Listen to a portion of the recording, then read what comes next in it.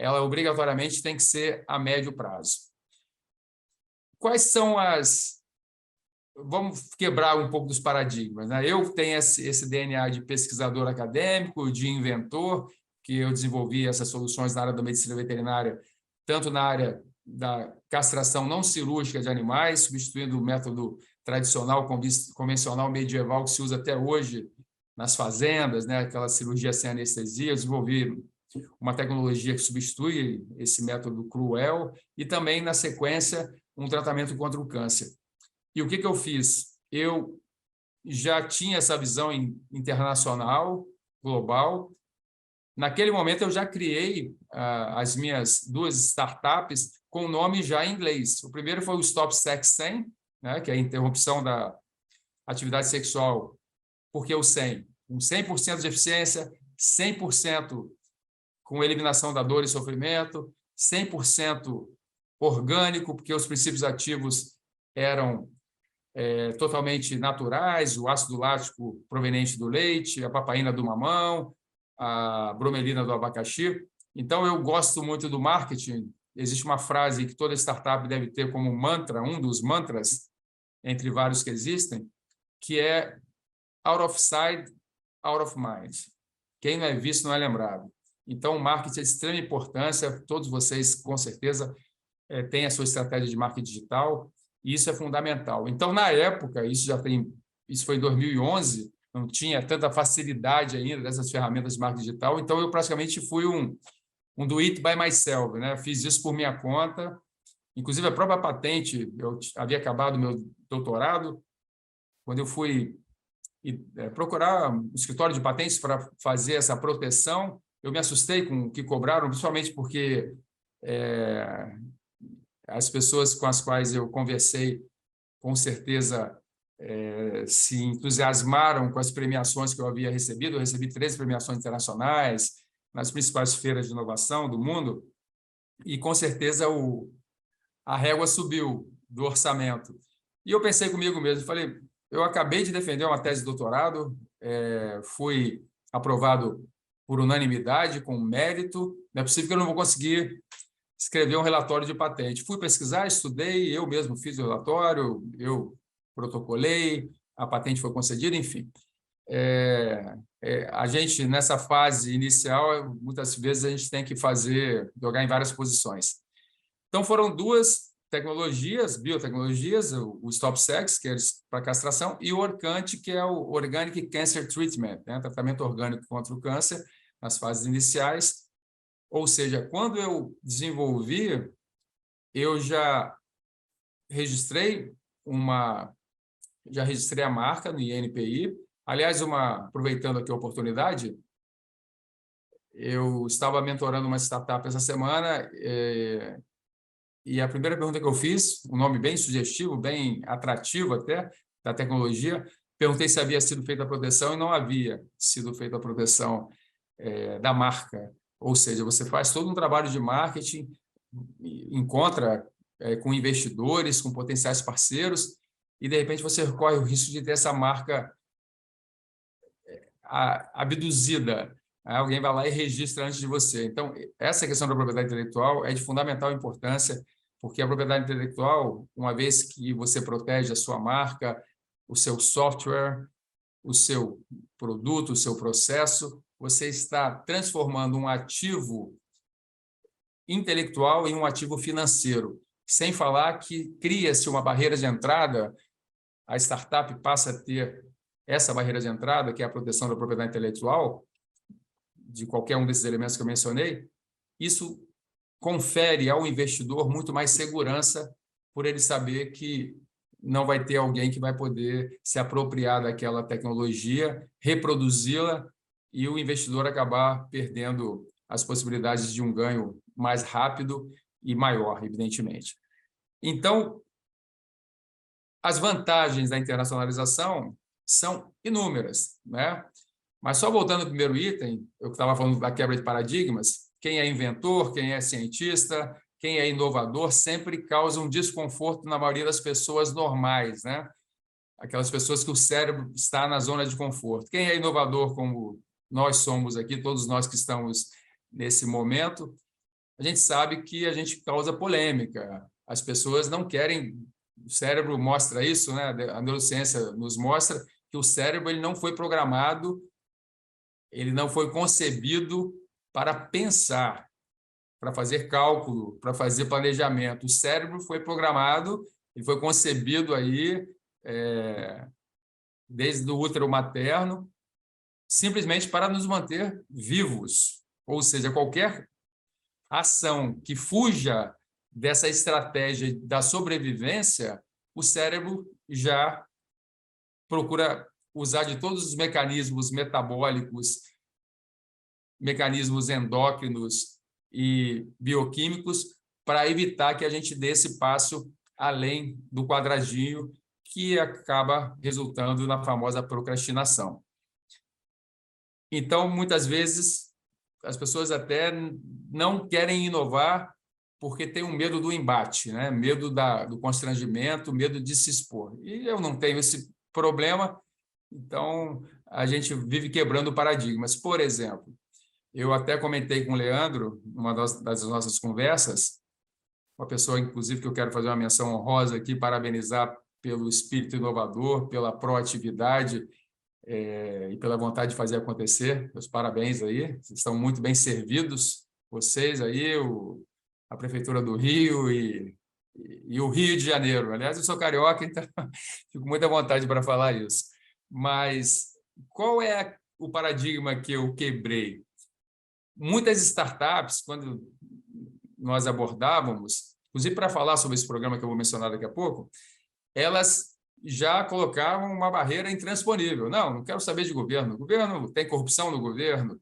O governo é muito burocrático. O governo a gente tenta negociar, a gente tenta se conectar, perde um tempo enorme, um desgaste enorme e não tem resultado.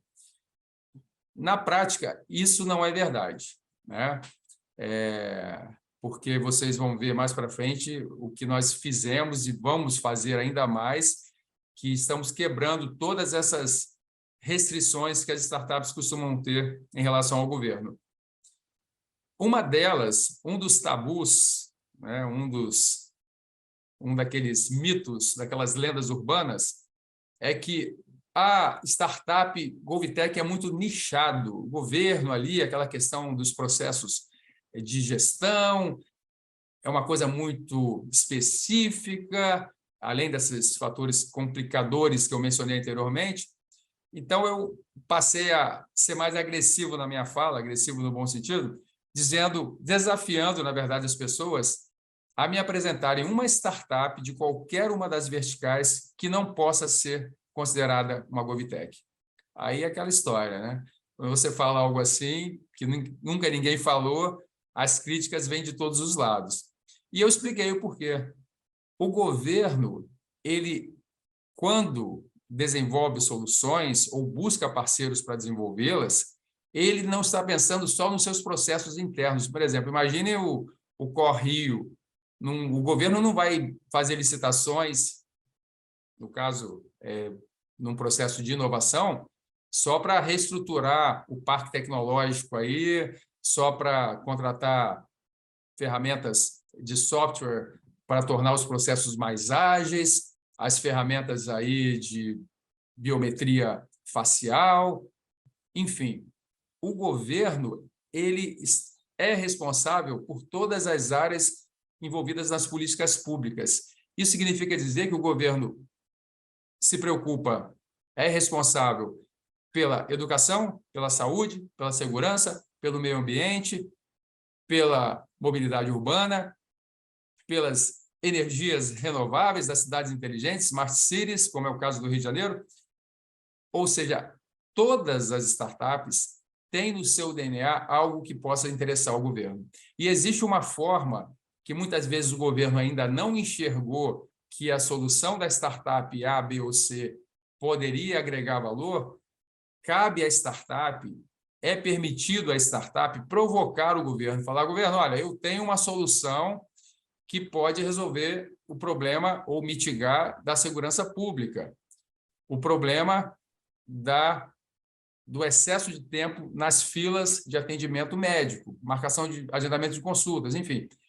uma vez que você faça essa provocação, o governo internamente vai levar ao órgão responsável por aquela política pública, por aquela ação, aquele projeto, e uma vez que se entenda que aquele realmente é um desafio que deve ser vencido e que as ferramentas que vêm sendo utilizadas não vêm apresentando resultados satisfatórios, não vai dizer que ele vai contratar a startup A, B ou C que chegou oferecendo, porque existem os processos de governo até para gerar transparência, né, promover o gasto responsável dos recursos públicos, e vai ser aberto um processo de licitação. Só que, quando nós falamos de Startup S, vocês vão ver que o programa que nós implementamos, e com base na Lei 182, que é o marco legal das startups, e a Lei 929, que é a Lei Estadual de Contratação de Startups aqui do Estado do Espírito Santo, nós fizemos um blend,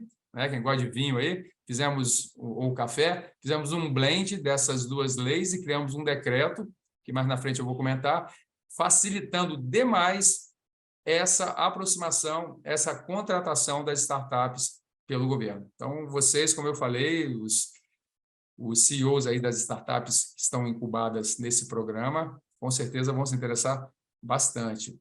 Então, é isso. Toda startup é GovTech. Toda startup tem que nascer com DNA global.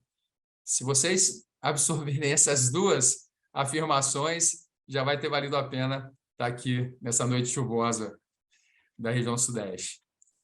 As vantagens da internacionalização, e quando eu falo ali internacionalização não significa necessariamente exportação, o que é importante mencionar? Muitas vezes as pessoas confundem, acham que uma startup para se internacionalizar, ela tem que vender o seu software, ou tem que vender o seu produto, ou o seu serviço inovador para o exterior, para o mercado latino-americano, mercado americano, ou qualquer outro que seja. Não necessariamente.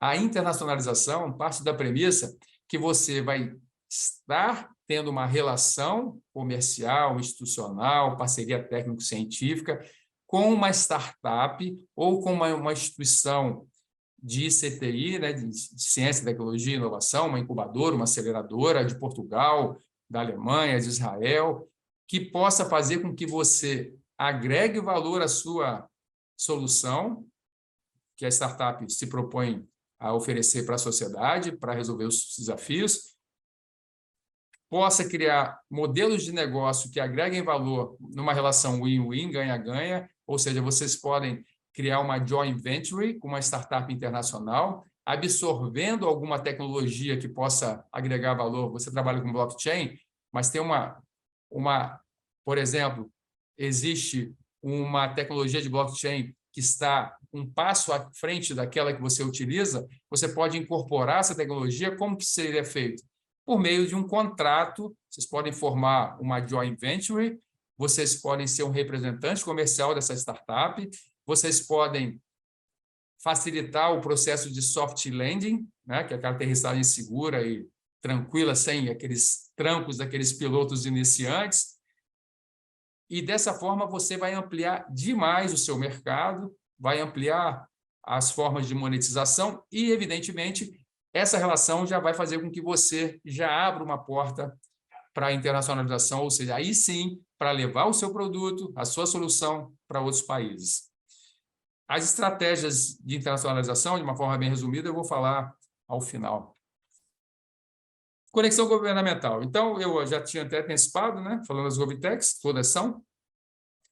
As vantagens de você ter o governo como cliente. Evidentemente, um governo, obviamente, atualmente não tem nenhum governo que se caracterize, governo a nível estadual e a grande maioria dos municipais, como maus pagadores, né? Até porque tem todas as ferramentas jurídicas aí para proteger as empresas, as startups que fazem negócio com o governo. Então, o governo, a grande vantagem, você tem um pagamento garantido, você tem uma vitrine espetacular. Uma vez que você participe, venda um programa, um projeto, uma solução para o governo, dentro do programa Startup S, por exemplo, você recebe um atestado de capacidade técnica Esse atestado de capacidade técnica é um passaporte, como se fosse um passaporte da Comunidade Europeia, que você tem um tratamento diferenciado em qualquer país que você vá. Quem já viajou para o exterior sabe do que eu estou falando. Quando você chega nos Estados Unidos ou chega na Ásia, se você apresenta um passaporte brasileiro ou um passaporte da Comunidade Europeia, o tratamento é diferenciado. Então, na prática, a venda para o governo, essa validação pelo governo, mesmo que você pare na fase de testes, que é a primeira fase que a gente vai comentar do Startup ES, assim como alguns de vocês certamente já conhecem o PitchGov, que ocorreu em São Paulo, nós fizemos aqui uma reprodução, aqui uma replicação do modelo. Então, na primeira fase de testes, as startups que conseguem provar o conceito da sua solução, elas recebem esse certificado, esse selo de autenticidade aí, de eficácia, e esse selo ele vai abrir portas para você participar de outras licitações de governos estaduais, governos municipais, governo federal, governos internacionais, ou seja, não existe nenhuma chancela melhor do que a de um governo. E para quem trabalha com muito foco em propósito, que hoje em dia é importante não só para você criar uma empatia com os investidores, mas para nós mesmos, para nós termos motivação para a vida, você tem um propósito nobre de saber que a sua solução está contribuindo para a melhoria de vida das pessoas. Essa sensação de propósito ela é muito maior, muito mais ampliada do que quando você trabalha com o mercado privado, porque o governo ele tem capilaridade, o governo está em todos os lugares. Então, essa questão do propósito, do legado que você deixa, é um motivo de satisfação e de motivação para você e para a sua equipe. E, para o governo, em se relacionar com startups, são vantagens óbvias, né? A gente vivenciou isso aqui, vem vivenciando. Temos hoje, começamos com 16 startups, estamos com 13 startups do programa do PitchGov, que vai ser substituído pelo Startup ES. Então, a diferença do governo que contrata, que faz a licitação para comprar uma solução de prateleira, um software, uma tecnologia aí já pronta de uma grande empresa fornecedora desse insumo, é diferente porque muitas vezes não há uma boa aceitação por parte do servidor público, ele não se sente confortável com aquela ferramenta porque foi um processo top-down, ele não foi ouvido, e muitas vezes aquela compra é superdimensionada. O que significa isso? É como você comprar um iPhone e usá-lo só para fazer ligações e usar o WhatsApp e SMS. É a mesma coisa. Então, muitas vezes, você adquire uma solução que tem um potencial de 100% e o governo usa 20% por motivos vários. Então, isso é um desperdício de recursos públicos, que é o seu dinheiro, o meu dinheiro, dinheiro do contribuinte, e que é um dinheiro que poderia estar indo para a saúde, para a educação, para o saneamento básico, para mitigar o problema da fome.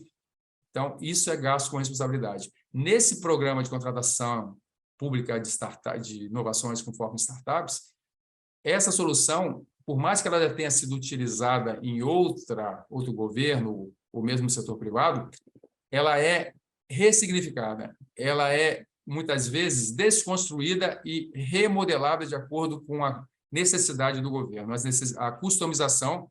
Isso foi exatamente o que aconteceu aqui conosco, com algumas startups, fazendo com que o governo efetivamente só contrate, após a fase de testes, a startup recebe um valor para desenvolver, mas a contratação definitiva só vai acontecer se, além da validação do conceito, da validação da eficácia da solução, o governo, efetivamente, ele só vai pagar por aquilo que ele validou e por aquilo que ele vai utilizar, e o melhor, por ter sido construída a solução ou customizada de forma colaborativa, uma cocriação, que é o princípio do design thinking, o princípio das ferramentas de inovação, a aceitação por parte dos servidores é muito maior, porque eles têm um sentimento de empoderamento, eles têm um sentimento de pertencimento, eles sabem que eles ajudaram a desenvolver, então essa adesão é muito maior.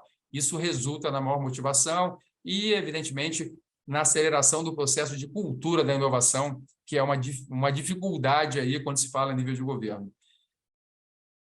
Em relação aos insucessos na relação com o governo, o que a gente observa é o despreparo, a desorganização básica de uma startup, no sentido de se relacionar com o governo, no que tange as questões de, por exemplo, submeter um projeto numa plataforma, por incrível que pareça, uma plataforma digital, que eles muitas vezes têm dificuldade, embora sejam tecnológicos, mas de organizar as informações, né? De serem mais assertivos em relação às demandas que não são complexas, que não são burocráticas. Inclusive, só para vocês terem uma ideia, na primeira fase, quando é lançado um edital, no caso o Startup S será lançado a partir do ano que vem, não há necessidade, como quando se aplica por um edital federal, por exemplo, do BNDES, um edital da FINEP, que você tem aí, reúna uma centena de documentos, de certidões. E nesses programas que têm como base a lei de inovação, o marco legal, a startup ela é isenta dessa burocracia nesse primeiro momento. Só na frente, se ela for habilitada, que ela vai ter que reunir alguns documentos que são documentos básicos, nada que se compare a um processo licitatório normal. Então, o governo, uma vez que ele tem essa contratação, ele vai ter o seu processo de inovação extremamente acelerado, porque as startups são ágeis. Eu costumo brincar, a nossa sede aqui da secretaria, eu sou o subsecretário de Inovação e Gestão, fica em frente ao Porto de Vitória. Quem conhece Vitória já deve ter vivenciado essa maravilha de paisagem que nós temos aqui. E eu comparo que temos navios que chegam no porto e tem também algumas pessoas que passam com jet ski. Então, o jet ski é uma startup, né? E aqueles navios com algumas milhares de toneladas são os governos. As startups vieram realmente para dar agilidade, inovação e fazer com que os cidadãos sejam os maiores beneficiados com isso. As estratégias para conexões eu vou falar também no final. Bom, vamos agora na parte operacional. O programa Startup S é um programa de compras públicas de inovação com foco em startups do Governo do Estado do Espírito Santo. É um programa de inovadores disruptivo. Vocês vão saber o porquê que é disruptivo na sequência. É uma disrupção que coloca esse programa com destaque não só a nível de Brasil, mas a nível internacional. Esse foi o decreto que foi alvo do nosso trabalho árduo aqui. Criamos um grupo de trabalho, envolvemos a Procuradoria-Geral do Estado e, internamente aqui na nossa subsecretaria, algumas outras pessoas, para fazer esse blend, esse mix dessas duas legislações existentes e criar esse decreto, que é o que ampara o nosso programa. Para vocês terem uma ideia, esse é o PitGov, um programa que foi lançado em São Paulo. Nós replicamos aqui com apoio na época da Bay Startups, e hoje esse programa se encontra nesse estágio. Nós começamos com 16 startups, 3 startups elas descontinuaram porque o processo é muito dinâmico, isso é normal, né? Quando as startups começam e as suas atividades depois resolvem dar uma pivotada, mudar de direção, e foi exatamente isso que aconteceu. Mas nós continuamos aqui com 6 startups no processo de validação, na fase de testes, e 7 já finalizaram, ou seja, já aprovaram a sua hipótese, o seu conceito e a sua efetividade. O Startup S, que vai ser lançado oficialmente, nós já começamos. Nós estamos em processo período eleitoral, vocês sabem, então algumas iniciativas não podem ser muito divulgadas, para não haver uma interpretação errônea aí por parte dos órgãos fiscalizadores na área das eleições. O que nós já começamos a fazer? Capacitar os servidores, porque isso foi uma falha. Essa falha, quando eu falo falha, não significa que houve uma falha humana, né? Foi uma falha de processo pelo desconhecimento. Basicamente isso, é o aprendizado. O erro é uma das maiores ferramentas, dos melhores instrumentos de aperfeiçoamento, né? Só erra quem faz. As pessoas que têm muito medo de errar, não fazem nada, passam a vida toda como passageiro, nunca têm coragem de assumir a direção do veículo. Então, faz parte do processo. Então, mas percebeu-se que alguns desafios eles não eram muito bem alinhados com a realidade de mercado, eram desafios que não havia sido feita uma pesquisa anterior para ver o status quo ou o estado da técnica, que é o que o mercado vinha praticando, mercado privado e até de outros governos. Então, agora nós estamos capacitando os servidores para que eles possam aí entender esses conceitos de inovação, embora a gente tenha um laboratório aqui que a gente já faça isso, mas agora é mais direcionado para a questão dos desafios que podem vir a ser solucionados por startups. Essa divulgação do Startup S dos ecossistemas de inovação vai ser uma segunda fase. A gente vai percorrer todos os habitats de inovação que compõem esse ecossistema aqui no estado. Tem vários hubs de inovação aqui. Vamos fazer essa divulgação a nível nacional, como, na verdade, já estamos fazendo aqui hoje, e internacional, em vários hubs de inovação. Eu tenho uma parceria muito forte com a Índia, por meio da minha associação, dos projetos que eu participo de mentoria, de consultoria. Então, a Índia é um dos nossos grandes parceiros, inclusive, até falei com o Leandro, que nós podemos, aí, em determinado momento, criar essa conexão com as startups cariocas, que fazem parte do programa do Correio, com o ecossistema da Índia, que todos sabem, vocês sabem, que é um grande criador de unicórnios. Então, a gente já vem fazendo essa sensibilização, porque quando eu idealizei esse programa, Startup S, tive todo o apoio aqui do secretário, Marcelo Calmon, eu já criei com essa mentalidade internacional de permitir que as startups internacionais possam ser contratadas.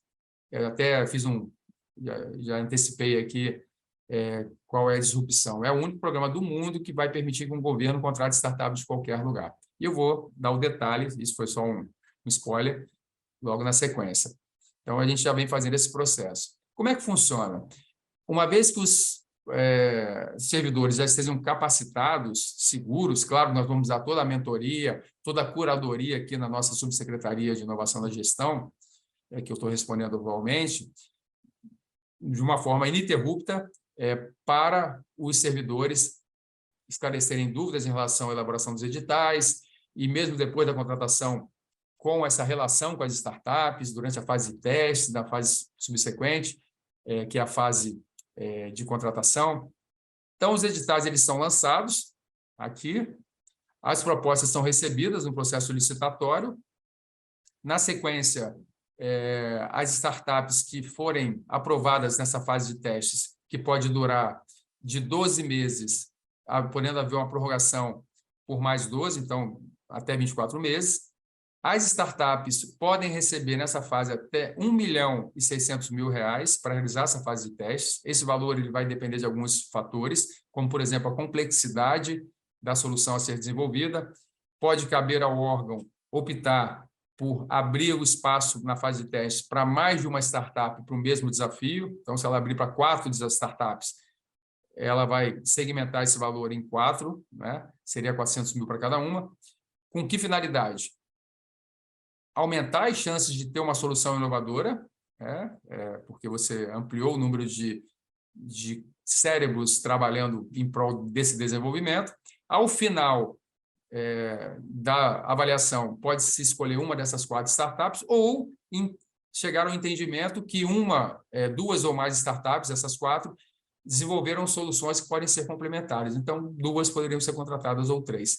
E aí vem a fase realmente disruptiva do programa, que nessa fase de teste é assinado esse contrato de solução inovadora, contrato público de solução inovadora, o CPSI, e as startups, após esse período de 12, que pode se prorrogar até 24, receberem esse selo, esse atestado de capacidade técnica, que eu falei com vocês que esse é o passaporte europeu, elas podem ser contratadas imediatamente, sem necessidade de um outro processo licitatório. E aí, esse valor de contratação ele pode chegar até 5 vezes o que foi pago na fase de teste. Ou seja, se foi R$ 1.600.000, pode-se contratar até 8 milhões. Se for, nessa hipótese que eu mencionei, de 4 startups, 400 mil, seria aí 1.600.000 nessa segunda fase. Por que o Startup S é tão disruptivo? Eu já antecipei, dei um spoiler, por permitir que outras startups possam, internacionais, virem para o nosso estado.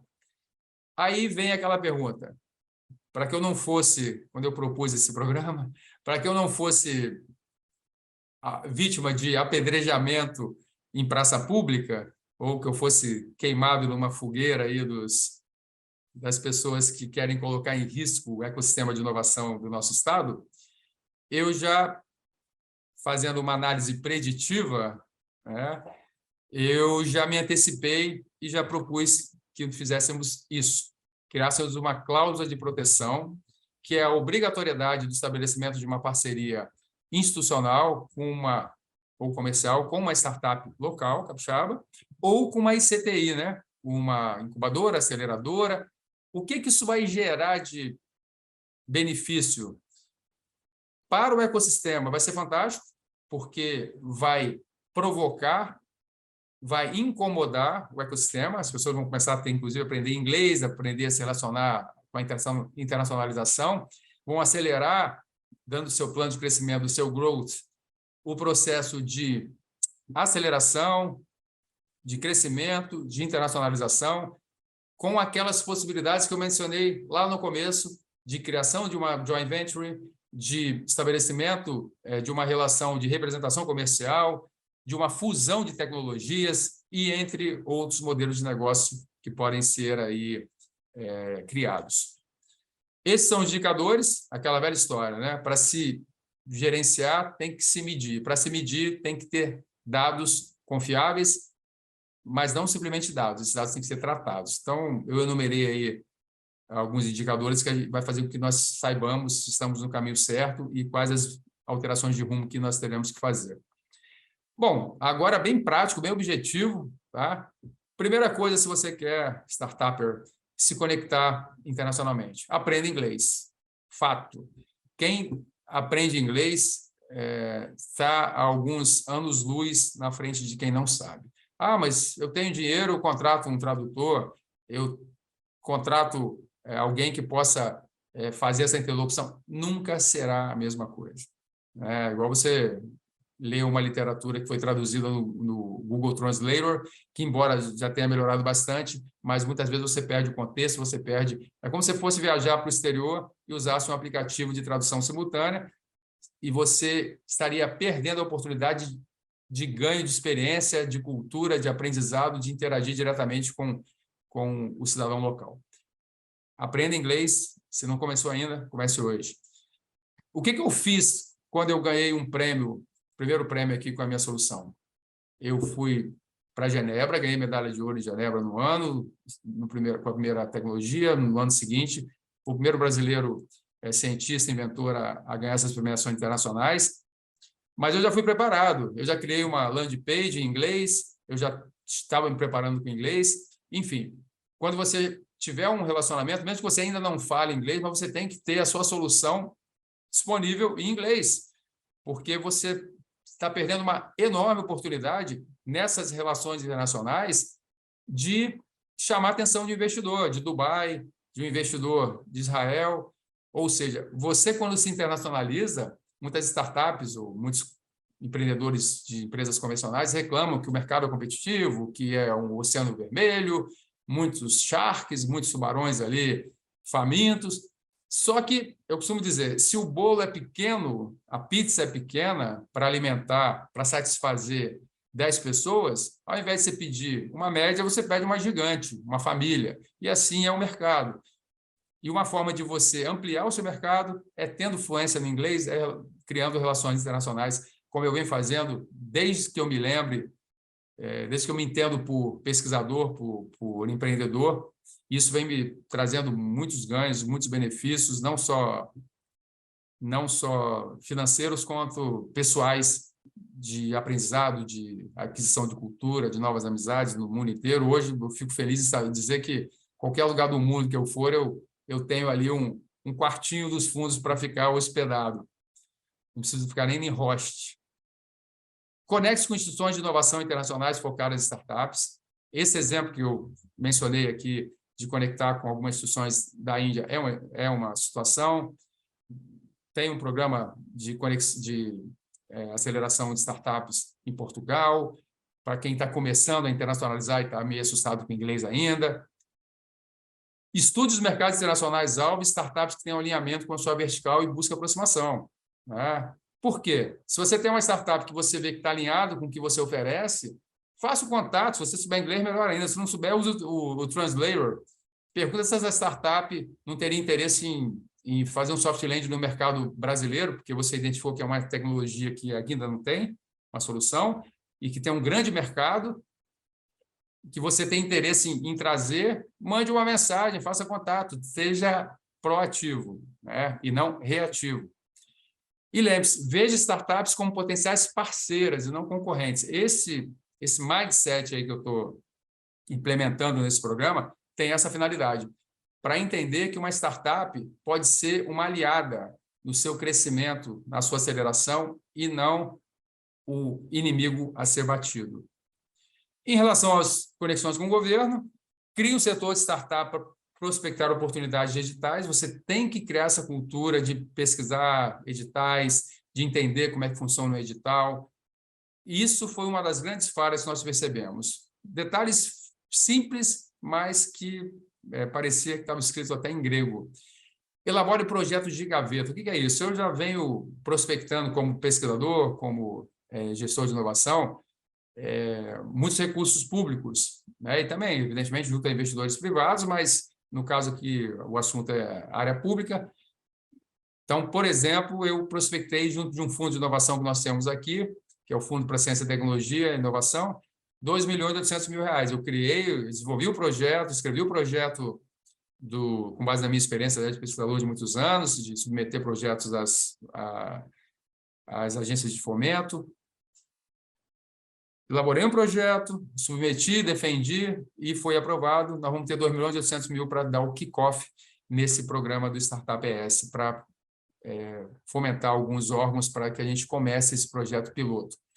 Participe dos eventos do GovTechs, não corra deles, aproxime-se deles. Né? Tem muitos eventos aí que vêm sendo realizados, muitas lives, muitas atividades específicas nessa área de GovTechs. Esqueça aquela história, eu não sou GovTech, você é GovTech. Lembre-se disso. Conecte com o Laboratório de Inovação da Gestão Pública. A gente tem aqui, por exemplo, o LabGES, tem o Laboratório da ENAP, todas as grandes cidades aí, os estados têm esses laboratórios, então conecte-se para que você comece a entender como funciona a gestão pública, o que passa na cabeça dos gestores, o que passa na cabeça do servidor público, quais são os processos envolvidos na formulação de políticas públicas. Isso parece complexo no começo. Eu venho da iniciativa privada, eu não sou funcionário público de carreira, eu sou comissionado, cargo de confiança. Mas eu aprendi como qualquer um não pode aprender, basta ter vontade. Aproxime de universidades e centros de pesquisa. Isso é outra falha que as startups cometem, não só em relação ao governo, mas em relação ao mercado. 250 startups que eu já mentorei, elas apresentam soluções na área da agritech, medtech, healthtech, silvertech, que a princípio são soluções revolucionárias, mas sem uma validação científica. Isso não passa uma boa imagem para o investidor. Ele não se sente seguro se for uma solução baseada em achismos. Né? Da mesma forma que você tem que validar, fazer o seu market fit com o seu produto, você tem que fazer a interlocução com as pessoas, você tem que também, dependendo da sua solução, na área da medicina, na área da biotecnologia, essa do agronegócio, essa validação. Então, a aproximação com startups é fundamental, com as universidades e centros tecnológicos são fundamentais. No Rio de Janeiro, não precisamos falar, tem várias instituições renomadas aí de alto nível. Esses são os exemplos de alguns editais da FINEP, agora, inclusive, está aberto, se eu não me engano, para soluções na área de inteligência artificial. Esse da Colemar de Maricá está aberto, que é para buscando soluções na área de compras e vendas eletrônicas, o marketplace, ou seja, eu não trabalho com o governo, mas você não já entregou um marketplace para empresas que trabalham com e-commerce? O marketplace só vai fazer a adaptação para o que o governo está precisando, que é a área de compras, ou seja, muda o ingrediente, mas não muda o recipiente. O framework é o mesmo, só vai mudar as informações. Então, perca o medo do governo. Ele não é nenhum bicho-papão aí. Muito obrigado pelo tempo de vocês, pela atenção. Eu não sei se eu fui muito rápido, se eu fui muito devagar, mas é porque eu queria ter um tempinho para, se é que nós temos ainda, eu acabei me alongando, porque o assunto é interessante, para que vocês possam fazer alguma pergunta. É contigo, Leandro. Obrigado.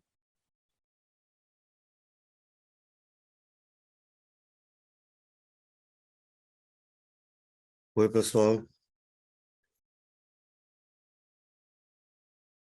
Vocês estão me ouvindo? Desculpe, meu microfone não está muito bom.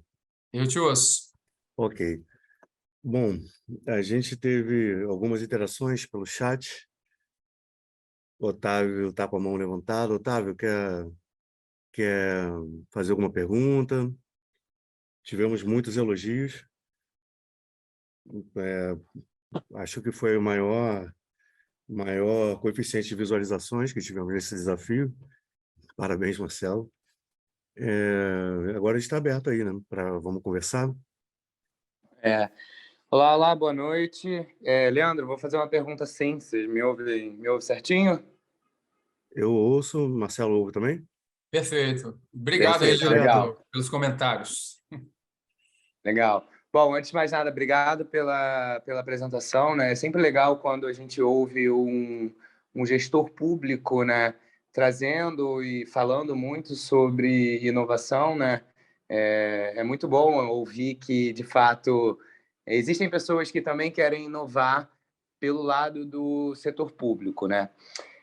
E aí eu vou trazer um desafio que a gente teve e talvez pedir talvez um auxílio de como a gente pode resolver esse problema em outras situações. Porque é o seguinte, a gente é daqui do Rio, né? Então a gente trabalha muito nesse eixo GovTech Rio-Niterói. Então a gente já fez um trabalho em conjunto com a Prefeitura de Niterói, por exemplo, através de um edital.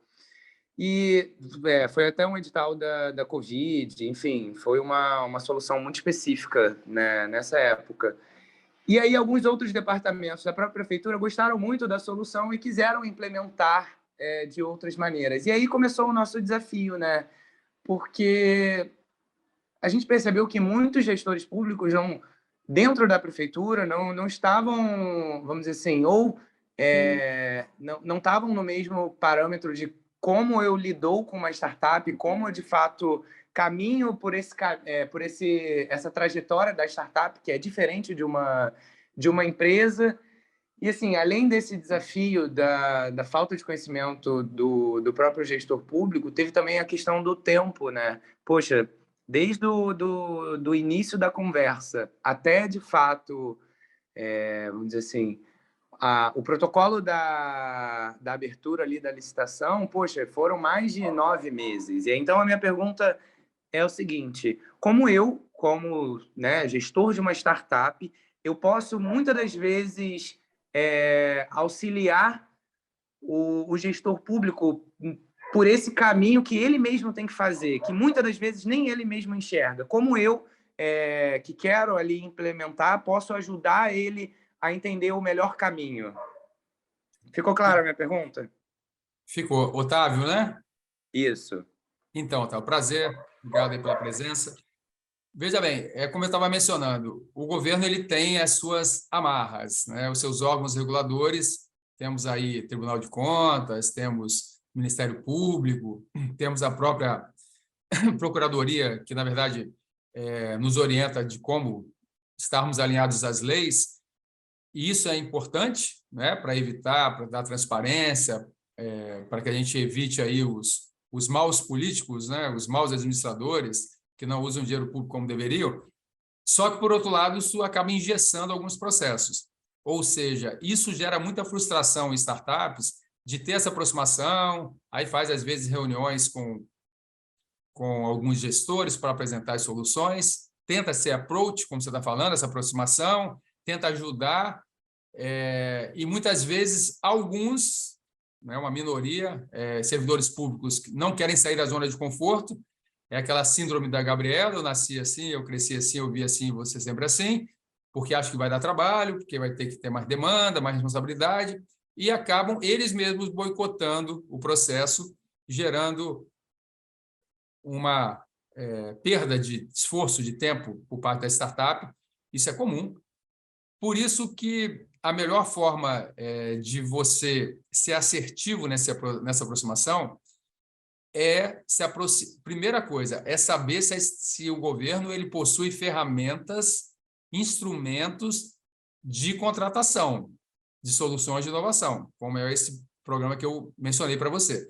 Imagina que você tem uma solução na área de educação e que você vá fazer uma pesquisa aqui no Estado do Espírito Santo, depois que esse programa tiver sido implementado, e vai identificar que essa solução que você tem disponível, ela pode sim agregar valor ao sistema de ensino público estadual.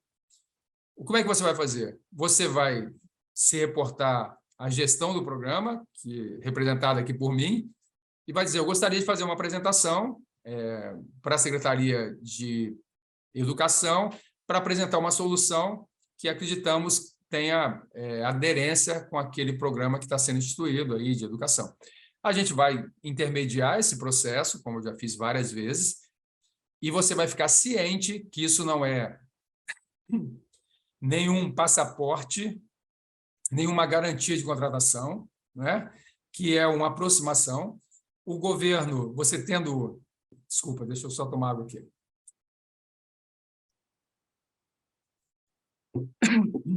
Você tendo a competência que eu sei que tem de apresentar a solução de uma forma que vá ficar bem nítido essa agregação de valor, você provocando o governo em relação a isso e eles entendendo o valor. No nosso caso aqui, a gente já está mais maduro em relação a isso, né? Qual vai ser o próximo passo? A Secretaria de Educação, no caso, fictícia aí que nós estamos fazendo essa simulação, ela, com base na sua provocação, ela vai lançar um edital, não um edital que a gente costuma dizer direcionado para a empresa do Otávio, não. É um edital que descreva a necessidade de uma solução similar àquela que o Otávio apresentou para resolver um problema real que já foi identificado. Vai se abrir um edital, conforme eu mencionei naquela linha do tempo, e o Otávio, com a sua startup, vai concorrer a esse edital.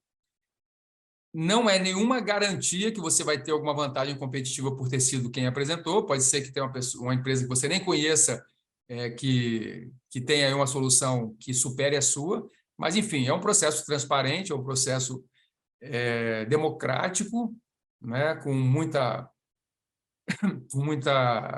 visibilidade. Então, esse é o processo. O que eu te sugiro é não desperdiçar, não investir seu tempo, seu esforço, sem antes saber se existe um caminho legal para o governo vir a te contratar, não diretamente. Apesar de que existem algumas situações excepcionais da contratação por inexigibilidade, né? Aquela que uma startup ou uma empresa convencional tem uma solução que só ela apresenta, na área do blockchain, na área do metaverso, que possa contribuir aí na experiência do cidadão, na educação, na saúde, na telemedicina. Se você comprovar que não existe nada similar no mercado, pode ser que tenha uma possibilidade, embora não é um método de contratação que os gestores públicos se sentem confortáveis de fazer uma contratação por inexigibilidade por licitação. Diferente como acontece quando a prefeitura, o governo do estado contrata um artista para fazer um show, né? Por que ele paga 30 milhões para trazer o Queen aqui, sendo que tem muitos artistas brasileiros? Porque o Queen é só o Queen. E como é que você valoriza isso? Como é que você valora, né? Como é que você estipula o valor que você pode pagar? como é que o governo justifica uma contratação com valor alto de um artista, por exemplo? É porque existe uma ferramenta dentro da gestão pública que é o notório saber, né? Que é aquele artista, aquele cientista, aquele empreendedor que tem uma solução única, que nenhuma se compara a ele.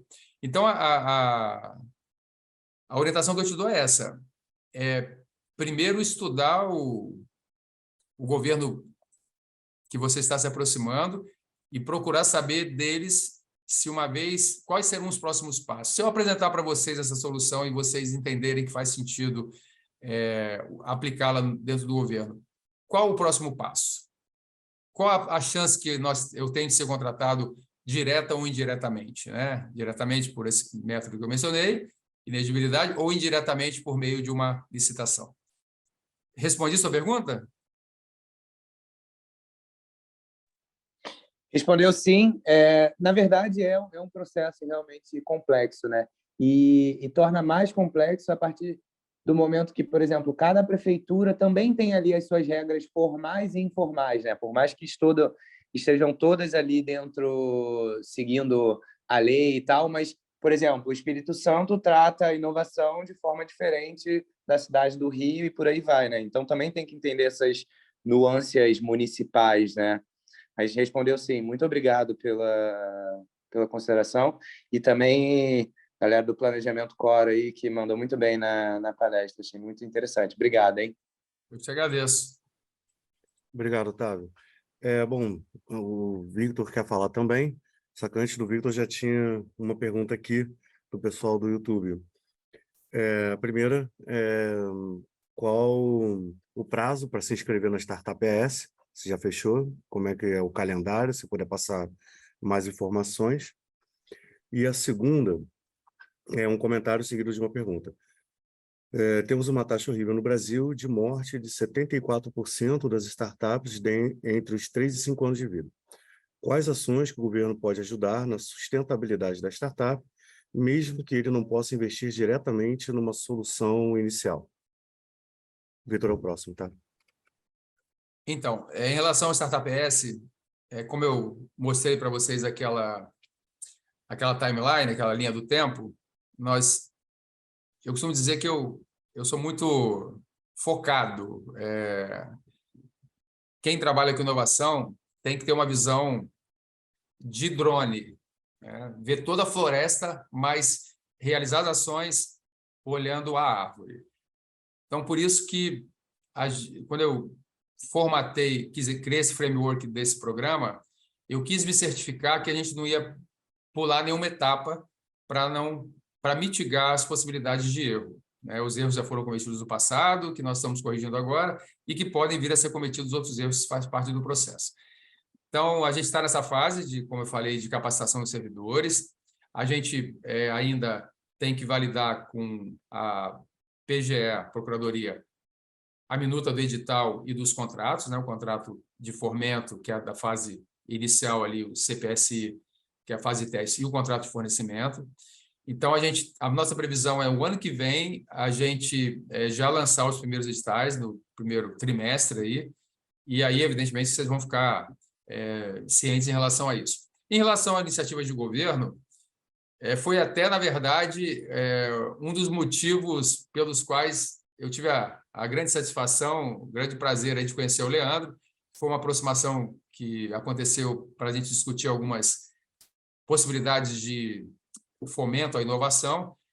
Então, tem estados que estão mais avançados. Por exemplo, nós aqui no Espírito Santo, nós criamos a Mobilização Capixaba pela Inovação, que é uma entidade aí que vai se tornar uma entidade com identidade jurídica, mas, por enquanto, é um grupo que se caracteriza por um grupo de atores que representam o governo, academia, setor produtivo, né, incluindo as startups, terceiro setor, em prol de gerar inovação. O que acontece? Nós temos um fundo de inovação aqui no Estado, chama FUNCITEC, Fundo de Ciência e Tecnologia, que ele é nutrido, ele é retroalimentado por um percentual na arrecadação de impostos. E o governador ele criou o Fundo Soberano, que é um fundo que ele é nutrido, que ele é alimentado pelos royalties de petróleo, pela uma parte dos royalties de petróleo. E esses fundos, eles foram, parte deles, direcionado para as startups, para fomento de startups. Por exemplo, a gente vai rodar aqui o Centelha, né? Segunda edição do Centelha, programa Centelha, o CID, que nasceu em Minas Gerais, são todas iniciativas para fomentar as startups early stages e, em processos subsequentes, nas startups que já se graduarem e já tiverem um passo à frente, que é o próprio programa Startup ES. Você já imaginou um programa que, numa fase de teste, pode oferecer até R$1.600.000, né, para o desenvolvimento de uma tecnologia? Ou seja, a startup ela vai receber um aporte, ela vai poder consolidar, finalizar, validar, otimizar o seu MVP, transformar o seu MVP num produto pronto para o mercado, vai ter um selo do governo, pode ser contratada por um valor de até 5 vezes o que foi contratado na fase de testes, e mesmo que ela não venha a ser, que assine o contrato de fornecimento, ela, com essa validação, que já teve o recurso para isso, e com esse certificado de capacidade técnica, ela pode ter, aí sim, um diferencial competitivo enorme para qualquer outra licitação de qualquer governo municipal, estadual e qualquer programa internacional de inovação. E ela pode bater na porta lá de Israel, pode bater na porta lá de Portugal, pode bater na porta da Alemanha, pode bater na porta lá da Coreia do Sul, falar, olha, nós temos uma tecnologia que foi validada pelo governo. Então, assim, esse é um incentivo que poucos estão fazendo, né? Por isso que o nosso objetivo aqui como governo não é guardar isso para a gente. É o que eu estava falando para vocês há pouco tempo. O grande barato de trabalhar no governo, apesar de todas as dificuldades, o pessoal brinca, fala que no governo é proibido inovar, né? E é óbvio, o governo também não paga os seus servidores, os comissionados, tão bem quanto na iniciativa privada, por isso que tem uma grande fuga de talentos para a iniciativa privada, mas no meu caso em particular, o dinheiro não é relevante. O que eu consigo, com o alcance das minhas ações, né, com a ajuda da minha equipe, é tão grande, tão expressivo, isso me dá tanta satisfação pessoal, tanta motivação de saber que eu estou deixando um legado, né, ajudando lá na ponta, ajudando... Porque quando você fala em startup, você está falando só do glamour da tecnologia, do blockchain, da inteligência artificial, do machine learning, do metaverso. Você está falando melhorar a vida do cidadão que anda de ônibus, né? do cidadão lá que está vivendo com a cesta básica, com Auxílio Brasil, levar a conectividade para ele, levar a educação de melhor qualidade por meio da transformação digital, que é um programa que eu também coordeno aqui, enfim. Isso é que é a parte bacana. Espero que eu tenha respondido aí em relação às iniciativas. O que os governos têm que fazer é se apropriar das boas práticas e reproduzi-las, né? Só para complementar, o nome veio pelo YouTube, pelo chat do YouTube. O nome é da NOA Smart City, que também é uma incubada nossa aqui do COR. Ela tem um outro comentário, uma pergunta para fazer, mas chegou depois do Vitor, eu vou passar para o Vitor e aí eu volto a pergunta deles depois. Vitor, por favor. Boa noite, Marcelo. Antes de mais nada, falar que é muito bom...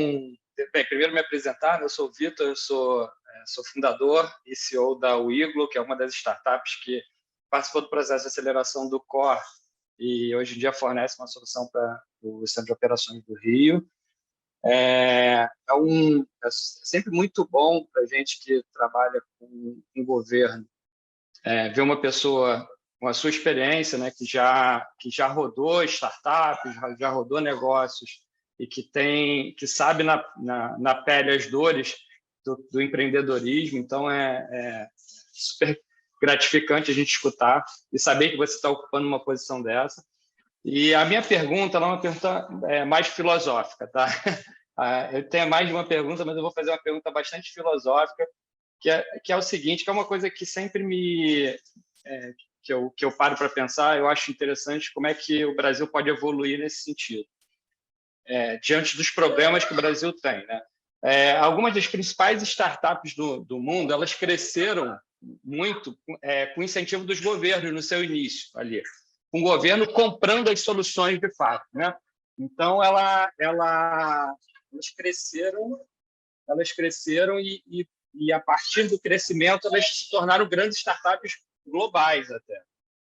Como é que você vê, né, o Estado como fornecedor, fomentador, no caso das startups, comprando as suas soluções, e como é que você vê o retorno disso para o próprio Estado, né? Como é que o Estado pode se beneficiar disso de forma direta, lógico, né? De repente consumindo as soluções das startups, mas também de forma indireta. Como é que você enxerga esse ecossistema funcionando desse jeito? E obrigado aí pela oportunidade. Boa noite, Vitor. Obrigado você pela presença e pela pergunta provocadora aí. Exatamente o que eu mencionei. O governo, você falou muito bem, só voltando na internacionalização, por que eu sou tão fascinado pela internacionalização? Primeiro que eu sou um gentófilo, né? Eu gosto de gente, eu gosto de conexão.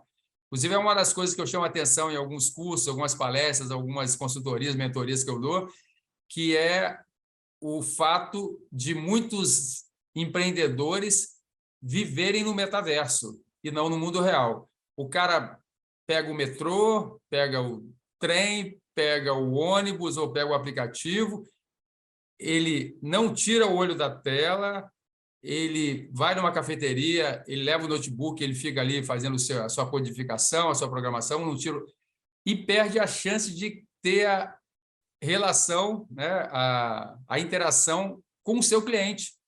Quem é o cliente da startup? Todo mundo, né?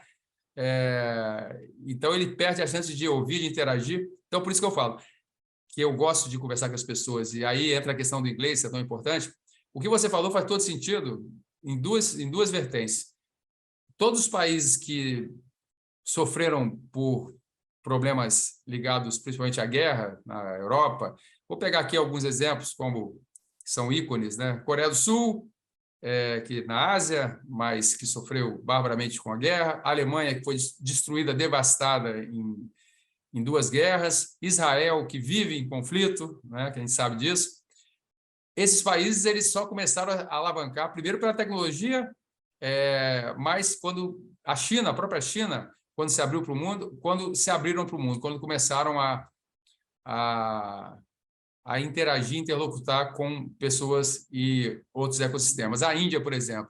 A Índia, o idioma nativo da Índia não é o inglês, mas todos os eventos que eu já participei de dezenas, são todos eles em inglês. As startups só fazem pitch em inglês. Aliás, eu deixo um desafio aqui, Leandro, para que tenha uma sessão de pitch em inglês, né, das startups incubadas, para que já tenha isso como meta, ter fluência.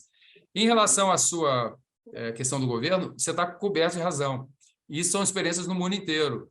O ecossistema de inovação, principalmente na área de startups, ele só prosperou, inovação como um todo, que inovação pressupõe risco, né, o famoso risco tecnológico, com o apoio do governo. O governo está aí para isso. Tanto é que esses editais que já existem, eles, inclusive o nosso, né, que vai ser lançado, os nossos, eles já prevê o risco tecnológico. Tanto é que o gestor, aquele receio do gestor de contratar uma solução que não fosse comprovada, de ser aí penalizado, processado pelo Ministério Público, pelo Tribunal de Contas, isso vai ser mitigado, vai ser minimizado. Por quê? Porque já parte da premissa que, ao invés de, como num termo de referência convencional de uma licitação, o governo descrever, eu preciso comprar tantos computadores com essa configuração, com essa capacidade, não. Ele vai falar, eu preciso de uma solução que reduza o tempo de espera na fila dos postos de saúde. Então, ele fala o que ele precisa, o impacto que ele quer que seja criado em benefício da população, ou que acelere a gestão dos processos internos, que faça o processo de automação de processos, para gerar mais agilidade, mais eficiência, mais transparência, como é o nosso caso aqui, que a gente tem todos os processos digitalizados. Então, pelo fato de ser explicitado o resultado, o impacto, e não uma descrição da solução como é no termo de referência de um equipamento, por exemplo, isso já, caso isso não venha a acontecer, que nenhuma startup consiga atingir esse objetivo, o gestor não vai ser penalizado pelos órgãos de controle. Então, o que você falou tem que ser um mantra dos gestores públicos: investir recurso em inovação, porque a inovação, subsidiar a inovação. A gente tem aqui vários editais, né, como as fundações de amparo à pesquisa têm editais. Eu tenho certeza que a Fundação de Amparo à Pesquisa do Rio já deve ter lançado editais com foco em startups. Aqui a gente já lançou, né? Assim como tem também a FINEP, como tem o MCTI. Eu mostrei ali o edital, está aberto, inclusive, né, de inteligência artificial. Sem subsídios do governo, a inovação ela não se desenvolve, porque empresário dificilmente ele investe porque ele não quer correr risco. Por isso que eu falo, você tem que ter dois parceiros, governo, e universidade, as duas coisas juntas. E esse programa Startup ES, a gente vai dar esse incentivo financeiro e, evidentemente, toda a estrutura necessária para a startup, os dados, acesso aos dados, como acontece aí no Core Rio, mesmo sistema que tem acesso aos dados. Só falta o recurso, né, por enquanto, mas vai ter em breve. Mas tem que ter recurso, tem que ter apoio, tem que ter um compartilhamento de risco, porque a startup, o empreendedor, ele não pode arcar com isso sozinho. Já não chega a carga tributária nossa aqui, que é sofrida. Espero que tenha respondido aí, Luiz. Vitor, desculpa, sua dúvida. Respondeu sim. Obrigado, Marcelo. Valeu. Eu vou complementar com a pergunta da Nua, que está no YouTube, mas só queria fazer um comentáriozinho. A gente está também trabalhando, tentando aqui. Não é simples, mas tenho certeza que a gente vai conseguir com o apoio de todo mundo. A Nua fez uma pergunta, na verdade, um comentário seguido de uma pergunta, que eu acho que se encaixa muito no que o Victor perguntou.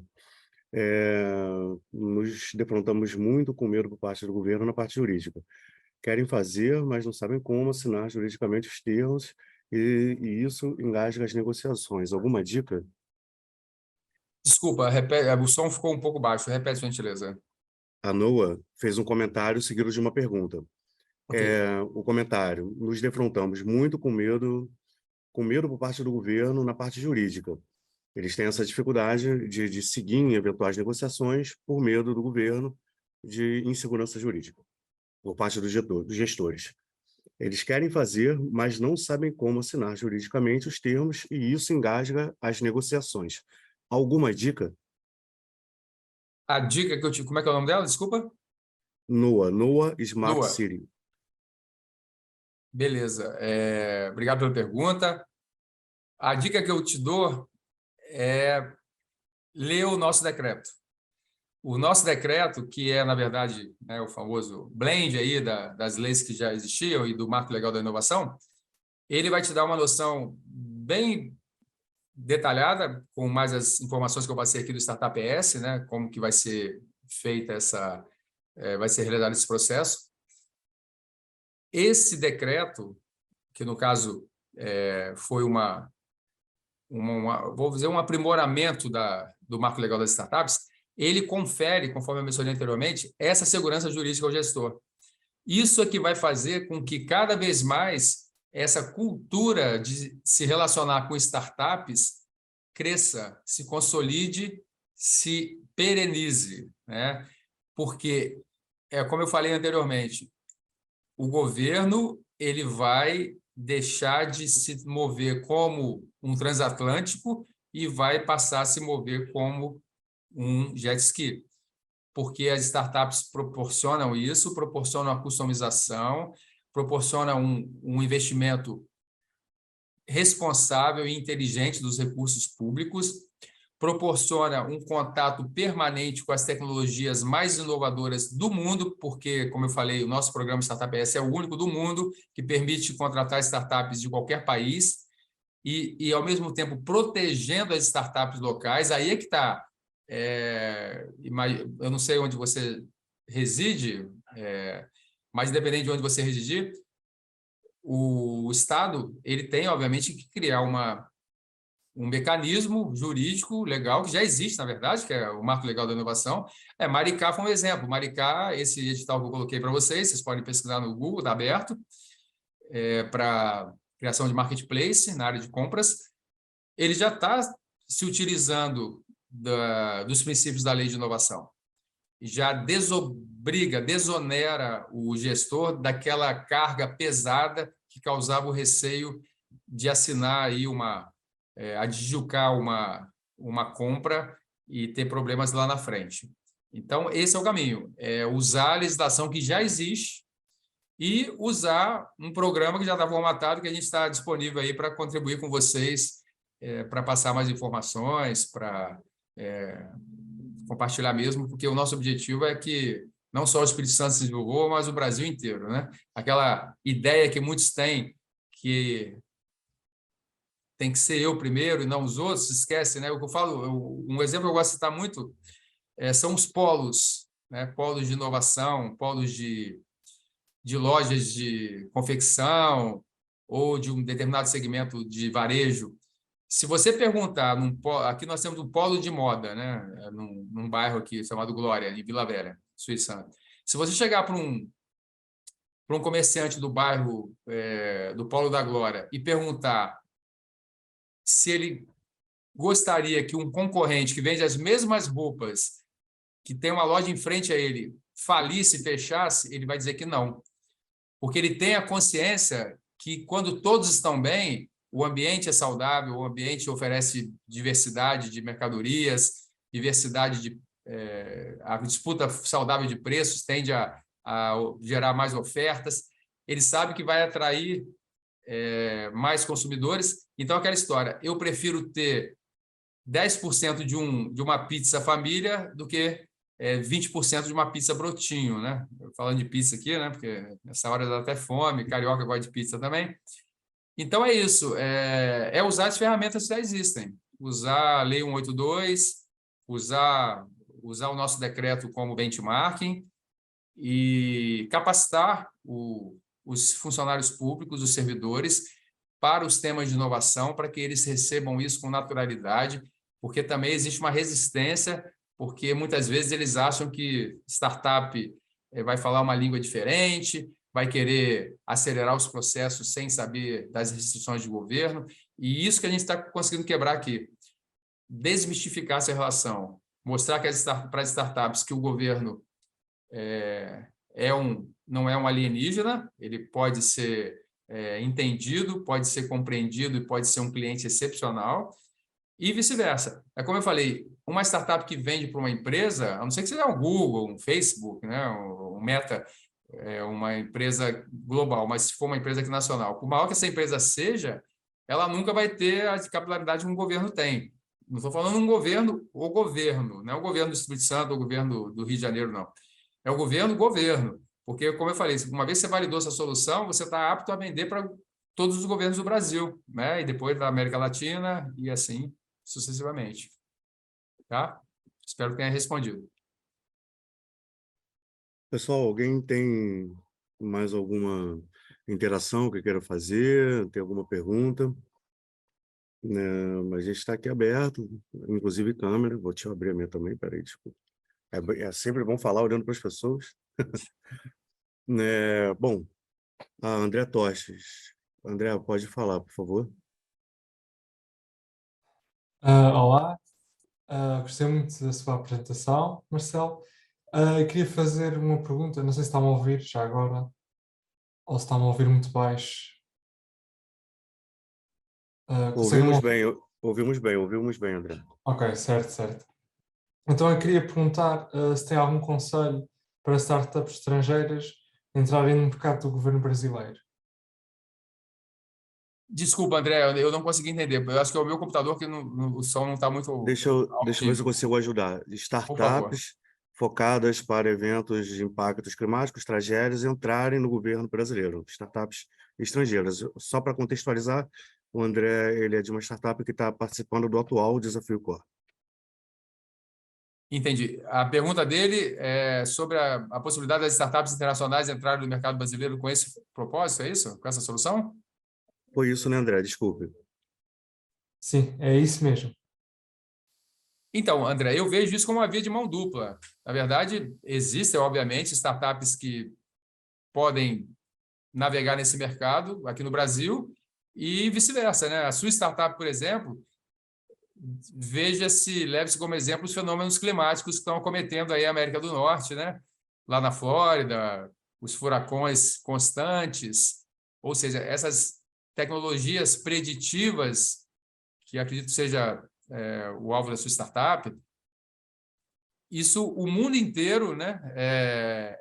Ainda mais com essa questão do aquecimento global, com alguns governantes aí que não acreditam muito nisso e continuam emitindo os gases poluidores, mas, enfim, da mesma forma que uma startup de outro país tem total condições de comercializar a sua solução aqui no Brasil, a sua startup e startups da sua vertical, com toda certeza, tem um mercado enorme, gigantesco. É aí que eu falei, voltando lá atrás, naquela questão que eu mencionei sobre as parcerias, de identificar startups como parceiras e não como competidoras. Imagina que você participou de um evento internacional, de um Demo Day, de forma virtual ou presencial, e você viu uma startup falando, nossa, aquela startup é meu sonho de consumo, hein? A gente é naquele estágio que a gente quer chegar de desenvolvimento tecnológico. Por que você não chega para essa startup e fala, olha, nós estamos no Brasil, a tecnologia que vocês têm ainda não está disponível no Brasil, nós trabalhamos nesse segmento, nós temos uma tecnologia que visa resolver um desafio similar, mas evidentemente que a gente teria um ganho muito grande de escala de mercado se nós pudéssemos fazer uma junção dessas tecnologias. Então, ou seja, isso é internacionalização, né? Internacionalização não é só exportação, é você buscar identificar parceiros estratégicos que normalmente nos Canvas, né, nos Business Model Canvas que se apresentam nesses programas de aceleração, dificilmente você vê lá, quando tem parcerias estratégicas, você vê lá parceiros internacionais. O brasileiro não tem essa cultura da internacionalização, está muito ainda aquém do que poderia. Então, André, é isso. Pensa dessa forma, o que você está trabalhando, as soluções que você vem desenvolvendo, elas são soluções globais, não são só para o Rio de Janeiro, e a resposta é sim. Tanto eles podem vir para cá, quanto você pode ganhar o mundo. E alguma orientação para eles de fora entrarem aqui no governo brasileiro? Acho que essa era a principal pergunta, correto, André? André. Sim, é isso mesmo. Então, com base nessa linha, um dos fatores que me motivou a criar o Startup ES foi justamente esse diagnóstico que eu fiz nessas minhas incursões internacionais.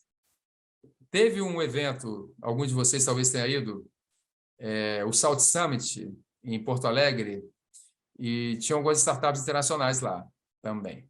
Eu fui representando o governo aqui, e eu conversei com algumas startups internacionais, como já tinha conversado, evidentemente, converso o tempo todo com startups de fora, de forma online.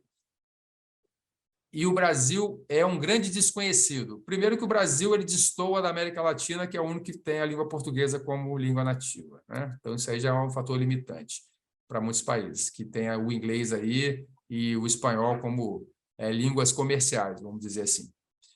Outra questão é essa falta de estrutura para receber o estrangeiro aqui no Brasil, né?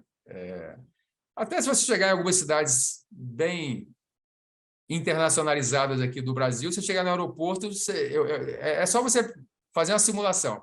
Quando você chegar no aeroporto de alguma dessas cidades que estão acostumadas a receber turistas internacionais, coloque-se no lugar de um turista internacional e tente buscar informações com as pessoas que estão ali no aeroporto, mesmo que sejam do staff do aeroporto. Então, assim, nos restaurantes, nos cafés, ali no setor de informações, enfim. O Brasil ele não tem essa abertura internacional. O setor de turismo que é o mais desenvolvido, mas na área de tecnologia, ciência e inovação é muito fraco. Ou seja, uma startup que tem essa visão dessa dificuldade, como eu tive aí por conhecer, o que eu tenho falado com as startups aqui, com as incubadoras?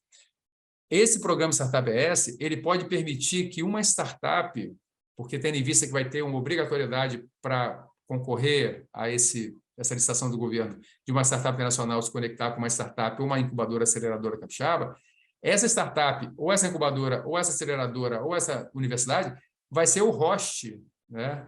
Vai ser o anfitrião dessa startup aqui. Então, imagina você pode ser o anfitrião de uma startup, né, que vai facilitar esse soft landing aqui no Brasil. O que as startups precisam para ter sucesso aqui? Precisam desse apoio, desse suporte de estrutura, desse suporte de interlocução pela questão do próprio idioma, que é difícil, né? Você encontrar aí brasileiros fluentes no inglês. Então, eu espero que eu tenha respondido. É criar essas conexões. Tá certo? Perfeito, obrigado, Marcelo. Temos aqui mais uma pergunta da Noa que veio pelo YouTube. Hoje tá bom, gente, tá bom, vamos lá. Bom, a pergunta dela. Nesse decreto de inovação do Espírito Santo, o documento possui, nos termos de parceria, detalhes do tipo tempo de execução, divisão de responsabilidade, apoio financeiro para implementação e divulgação? Divulgação que eu acredito seja a divulgação da solução que a startup propôs.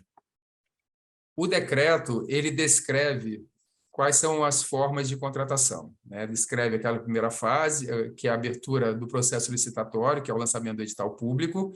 As startups têm que seguir alguns critérios ali, nesse decreto tem, quais são os critérios de elegibilidade, né? Inovação, a questão da experiência da equipe, a adesão, o alinhamento ao desafio. Então, ali tem alguns critérios.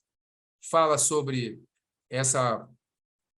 as startups que forem bem-sucedidas nessa primeira fase, que elas vão assinar esse contrato de fomento ou contrato de solução pública de inovação, né?